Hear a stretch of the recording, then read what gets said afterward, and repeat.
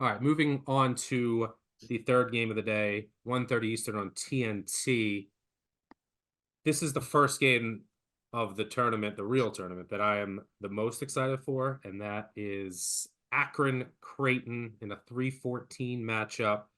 Creighton is a 12.5-point favorite here. Total 142. This game will be played in Pittsburgh, Pennsylvania. Come on, Zips fans. Not a long trip. Get down, support Akron. I love the Zips here, catching 12.5 against Creighton. I will say that Creighton shoots a lot of threes and they're very capable. So if they're red hot, there might not be anything that Akron can do. But I think that there's a path here for the Zips, who are coached by John Gross, who's 7-1 against the spread in his career in the NCAA tournament. I think that they can slow this game down to a halt. They're not as slow as they were 2 years ago, but they're still pretty slow. And I think that they will come into this game and try and play very slow. And Creighton is pretty methodical. So I think this will be a half-court battle. And the team that I just mentioned of Akron 2 years ago, they gave UCLA, who was, I think, a 4 seed, when Akron was the 13. They gave them a scare. You know what the final score of that game was? 57-53. And there are a number of starters from that team that are on this team, an extremely experienced Akron roster. You have, Enrique Freeman, who they work a ton through in the post, which probably isn't going to work against Kalkbrenner. But here's what I do like about Akron on the offensive end of the floor. They have a number. They're very good in the mid-range, and that's what you need to do against the Kalk drop. Creighton really takes away the three by design, and you can't really get much at the rim against Kalkbrenner. So they invite mid-range opportunities. Well, Akron has a number of guys, Ali, Freeman, and they even have a five-man who can step out and shoot the three, which could give Kalkbrenner some problems. Zips are also overdue for some positive shooting regression. 28.8% since February 1st.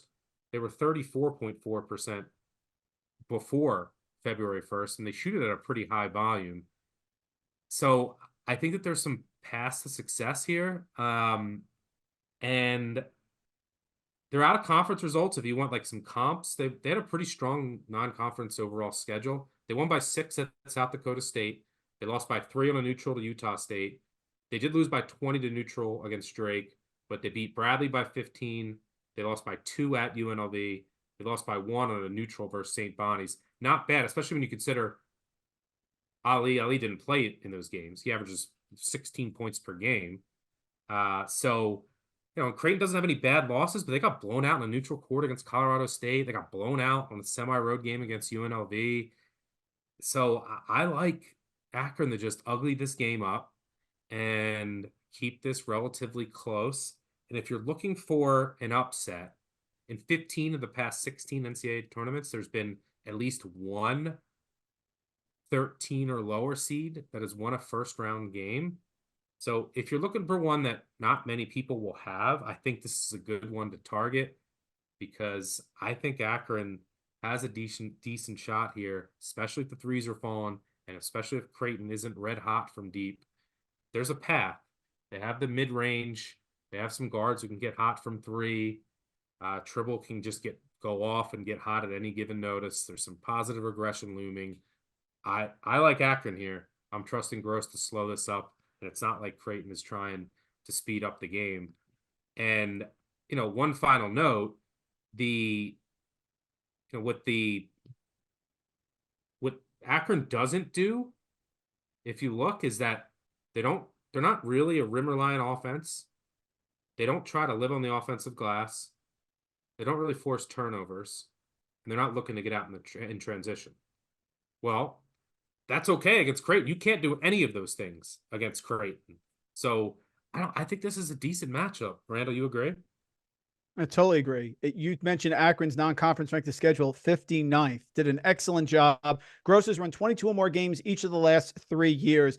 and they have the perfect combination stuck. They guard the arc, limit opponents 31% from 3-point range, and Freeman inside can do some things against Kalkbrenner. I went to the Big East tournament, and the time Creighton made their run against Providence, they started attacking the interior because Adoro was out and Trey Alexander was getting to the basket. They just don't do that on a regular basis. They will drive to the basket to fire the ball back out for a deep logo three from someone. That's just their game. Kalkbrenner's post moves have not developed enough.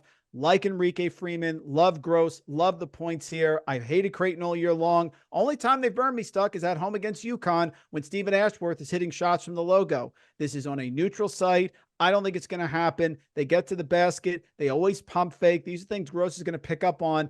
Akron with the points for me, and I do not mind the money line play. I agree. I think this is the matchup we wanted because you and I both didn't like Creighton, and I think we got it. I'm looking forward to it.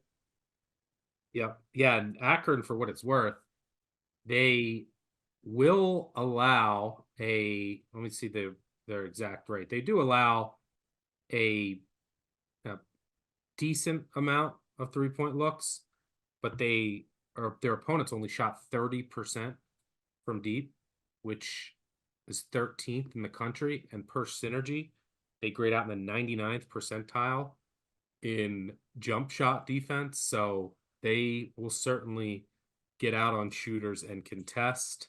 And I think there's paths to offense here for Akron. I like the Zips.